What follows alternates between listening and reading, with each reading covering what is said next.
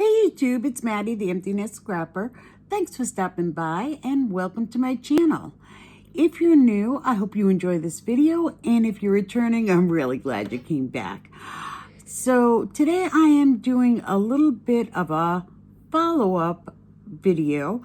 Not too long ago, I posted a video on the Magic Mat, and I did watch a video by Debbie J's Crafting Corner. If I remember, I will link it down below.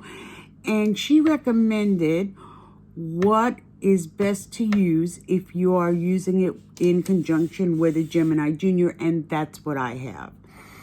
So I followed her instructions, and with a few little tweaks, not too much, I found that she was absolutely right. So she recommended using the Gemini plate on top. This is my Gemini plate, and this is how much warping I have. And the Sizzix plate on the bottom. So this is the Sizzix plate I was using, and this is how much warping I have. So just so you can see, it is completely flat. And let's go to the Gemini. It is also pretty flat. Maybe not completely, a little bit of ding right there, but pretty flat and certainly usable. But what I wanted to talk about is this Magic Mat. And if you want to look, it is completely flat. So I decided to do this follow-up because I was recently on a live.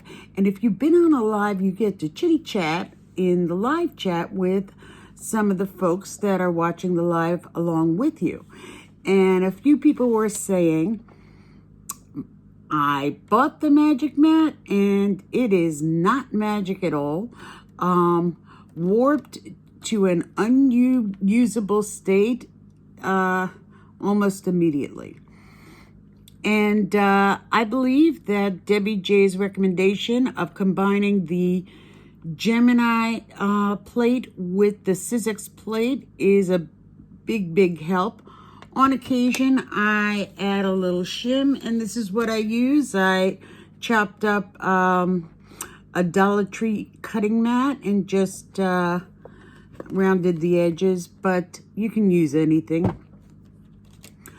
But what really helped keep this completely flat is, even over time, using those plates, there was a little bit of warping.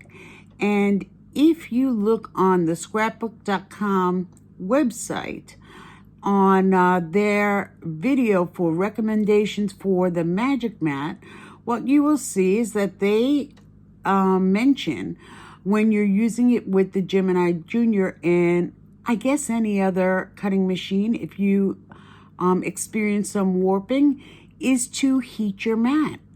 And as soon as I find that I have some warping, and usually it takes a few run-throughs before that happens. Certainly I don't wait till it's unusable or even relatively bent and just difficult to store. So when I get a little bend, I take out my heat tool and I will heat it on both sides. I'll keep flipping it. I'll see which part is helping which area of warp, and I will heat it until it is flat again. So I hope that little tip helps you. I am somebody who came super late to die cutting.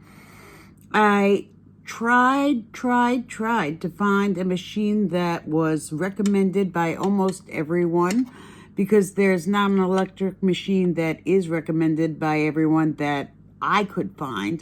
I did want a smaller format. Funny thing is, as soon as I picked up the Gemini, and I've only had it since November, so I may come back later on and say, hey, that stopped working for me. But as soon as I picked up the Magic Mat in November, I saw that Jennifer McGuire was now recommending the Impress. And I thought to myself, oh, after all this time, I should have got the Impress. But I have to say, I'm still happy with the Gemini. I love the small footprint. I think it gives good pressure. The Magic Mat has served me well. I'm hoping that the plates will continue to last.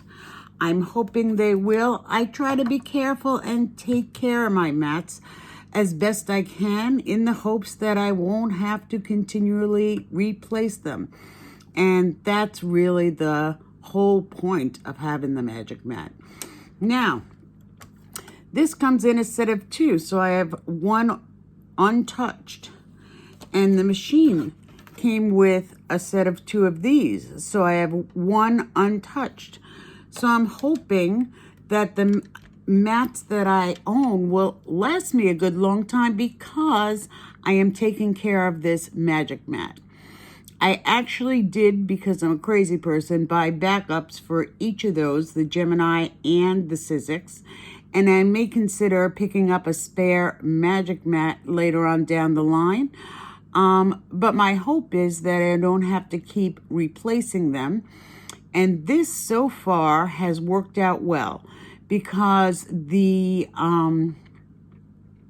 plates that I have seen people show on YouTube where a Magic Mat was not used tend to have quite a bit of warping and eventually become unusable.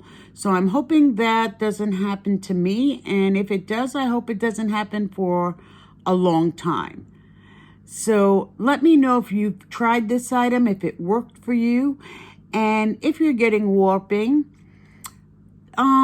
give the heat tool a try. And make sure you keep heating it until you see it move. Keep flipping it, keep heating it, and you'll see, you'll get it flat again. So I hope that was helpful. Any of you who have any comments, tips, or ideas regarding keeping your mats lasting a long time, please post it down in the comments.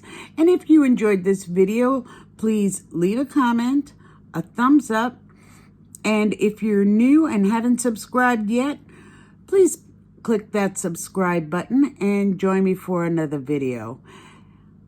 Bye-bye, YouTube. See you next time.